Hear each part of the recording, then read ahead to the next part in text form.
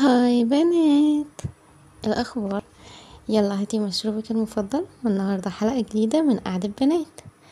النهاردة هنتكلم ازاي تقوي نفسك نفسيا وتبقي أحسن. هنتكلم النهاردة عن 8 نقاط حقيقيين، لو نفذتيهم هتحسي نفسك أقوى نفسيا وتبقي قد أي حاجة انتي بتدخليها. رقم 1، ابعدي عن الناس اللي بيستنزفوكي. في ناس وجودهم في حياتنا مش بينفعنا، مش بيقوينا، بالعكس بيهدمك وبيهدك ومش بيقويكي ابدا. فاقطعي علاقتك بيهم.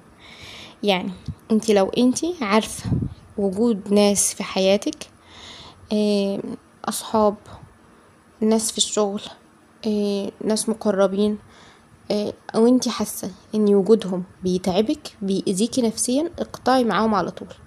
طب ماشي، ممكن تقوليلي طب ده دول اهلي، عيلتي. خففي لقاءات معاهم، خففي على قد ما تقدري لقاءات معاهم، وما تجتمعيش معاهم في مكان كتير. لا، يعني في حاجات بسيطة، واخفف وما اكونش معاهم احتكاك كبير، يعني لا.